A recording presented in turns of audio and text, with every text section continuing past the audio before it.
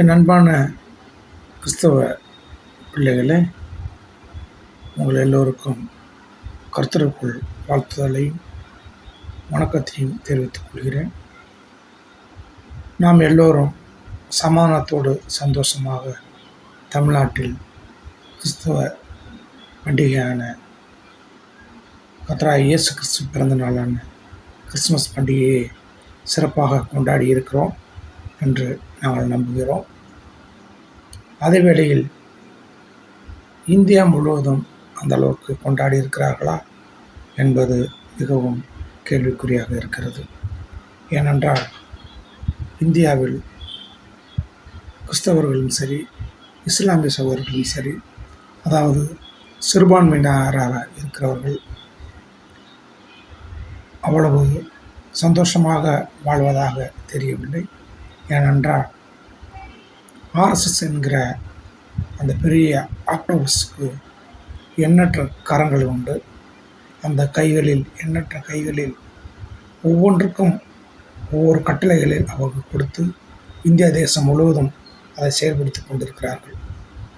அப்படிப்பட்ட வேலைகளைத்தான் இப்பொழுது நாம் பின்வரும் வீடியோக்களில் நாம் பார்க்க இருக்கிறோம். ஏனென்றால் ஆட்சியாளர்களாக இருப்பது பாஜக கட்சி, அதுவும் ஆர்எஸ்எஸ்ஸுடைய ஒரு அங்கம்.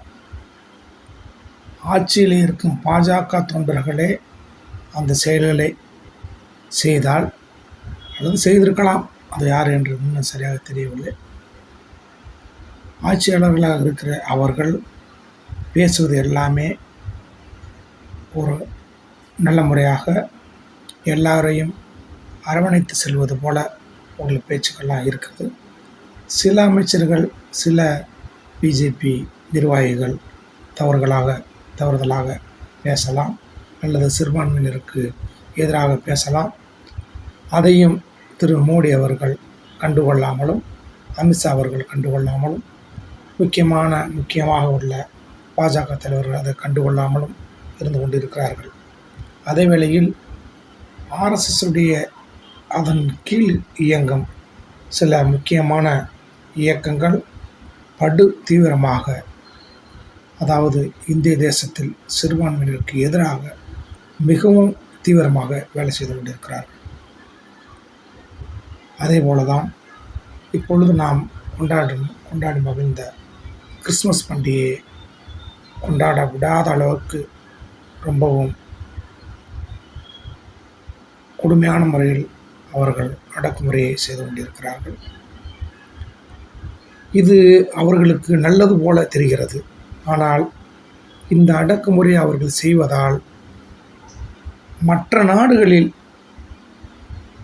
இந்து சகோதரர்கள் சிறுபான்மையினராக இருக்கிறார்கள். அங்கு அவர்களுக்கு இதே போல அடக்குமுறையை அங்கு உள்ள பெரும்பான்மையினரால் செய்யப்படுகிறது. ஏனென்றால் இந்தியாவில் இங்கு உள்ள இந்த ஆட்சியாளர்கள், அதாவது பாஜக ஆட்சியாளர்களால் தடுக்கப்படாமல் இருக்கிற இந்த இந்துத்துவ சக்திகளோட இவர்களோட செயல்பாடுகளால் உலகம் முழுவதும் பரவி வாழுகிற சிறுபான்மையினராக வாழுகிற இந்து சகோதரிகளுக்கு இது பெரிய ஆபத்தாக முடிந்து கொண்டிருக்கிறது. நமக்கு அருகாமையில் இருக்கிற பங்களாதேஷில் நாம் பார்த்தோம், இத்தாலியில் பார்த்தோம், அமெரிக்காவில் கூட இப்படிப்பட்ட சம்பவங்கள் இந்து சகோதரர்களுக்கு எதிராக சம்பவங்கள் நடந்து கொண்டிருக்கிறது. அப்படி ஒவ்வொரு தேசங்களிலும் சிறுபான்மையினராக இருக்கிற நமது இந்து சகோதரிகளுக்கு எதிராக அங்கு உள்ள பெரும்பான்மையினர்களால் இப்படிப்பட்ட துன்பங்கள் நடக்குது. ஏனென்றால் இங்கு உள்ள இந்த இந்துத்துவ சக்திகள் பெரும்பான்மையினராக இருந்து கொண்டு இங்கு உள்ள சிறுபான்மையினருக்கு எதிராக இப்படிப்பட்ட செயல்களை செய்வதால் அது உடனுக்குடன் மேலை நாடுகளுக்கு தகவல்கள் எப்படியும் தெரிந்து விடுகிறது. என்ற உலகம் பொழுது உள்ளங்கையில் இருக்கிறது. ஸ்மார்ட் ஃபோன் வந்த பின்னால் உடனுக்குடன் தகவல்களாக எல்லா நாடுகளுக்கும் செல்லுது. அதனால் இந்த தவறுகள் இவர்களாகவே உலகம் முழுவதும் இருக்கிற இந்து சகோதரிகளுக்கு இந்த துன்பங்களை இங்கு உள்ள இந்துக்களால் தான் இந்து வெறியர்களால் தான் அங்கே அவர்களுக்கு அந்த துன்பம் ஏற்படுகிறது என்பது தான் உண்மை. ஆகையால் இவர்களை திருந்த வேண்டும்.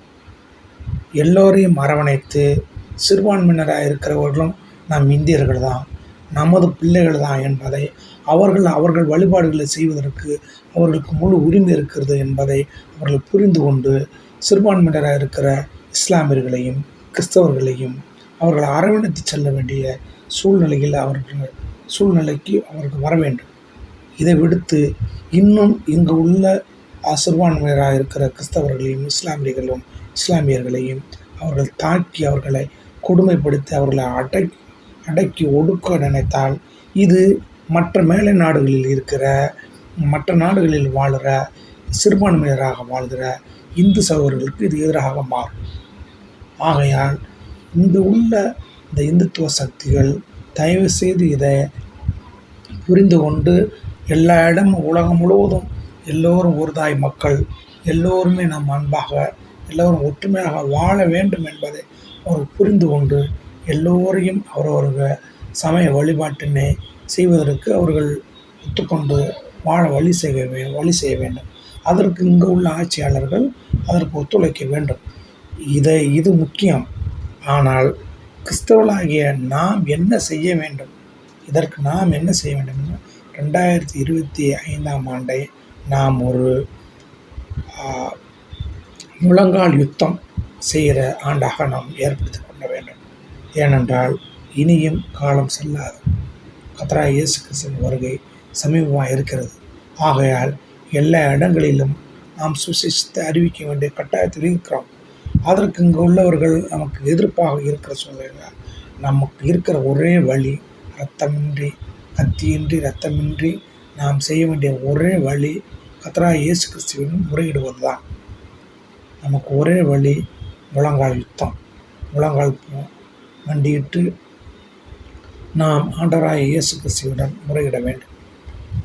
ஒவ்வொரு கிறிஸ்தவர்களும் தினந்தோறும் ஒரு அரை மணி நேரமாவது நமது தேசத்துக்காகவும் நமது தேசத்தில் அமைதி நிலவவும் இந்த இந்துத்துவ சக்திகளுக்கு நல்ல சிந்தனையவும் எல்லோரும் ஒரே மக்கள், எல்லோரும் ஒரு தாய் மக்கள் என்பதை அவர்கள் புரிந்து கொண்டு எல்லோரையும் அரவணைத்து செல்லக்கூடிய அந்த வழிவகைகளை அவர்களுக்கு ஆண்டவராகிய இயேசு கிறிஸ்துவின் அன்பை நாம் சொல்லும்படியாக அவர்கள் அதை ஏற்றுக்கொள்ளும்படியாக ஒரு மனதை பக்குவப்படுத்த நம்ம ஆண்டவரால் ஒருவரால் தான் முடியும். ஆகையால் அவரிடம் நாம் முறையிட்டு இதற்கான வழிவகைகளை நாம் அவரிடம் கேட்க வேண்டும். அவரே நமக்கு வழியும் சத்தியம் ஜீவனுமாக இருக்கிறார். ஆகையால் நான் உனக்கு ஆரோக்கியம் வரப்பண்ணி உன் காயங்களை ஆற்றுவேன் என்று கர்த்தராகிய இயேசு கிறிஸ்து எரேமியா 30:17 சொல்லுவது போல நாம் கண்டிப்பாக நாம் அவரிடம் முறையிட்டு இதற்கு ஒரு தீர்வு காண வேண்டும். ஆகையால் ஒவ்வொரு கிறிஸ்தவ சகோதரிகளும் இந்த 2025ஆம் ஆண்டில் ஒரு அரை மணி நேரமாவது நமது தேசத்திற்காக முழங்கால் படியிட்டு கிறிஸ்தவர்களின் விடுதலைக்காகவும் கிறிஸ்தவர்களுக்கு ஏற்படும் இந்த இடர்பாடுகளுக்காகவும் இதிலிருந்து நாம் விடுபடவும் நாம் திறப்பில் நின்று ஜெபிப்போம். இப்படிப்பட்ட துன்பங்களை நாம் ஜெயிப்போம். வரும் 2025ஆம் ஆண்டு உங்களுக்கு சமாதானமும் உங்கள் குடும்பத்தில் அன்பும் சந்தோஷமும் நிறைந்த ஆண்டாக அமையவும் எல்லா செல்வத்தையும் கர்த்தராகிய இயேசு கிறிஸ்து உங்கள் அனைவருக்கும் தந்து இந்த வரும் வருடத்தை ஆசீர்வதிக்க வேண்டுமாய் நாம் அன்புடன் ஜெபித்துக் கொள்கிறோம். நன்றி, வணக்கம்.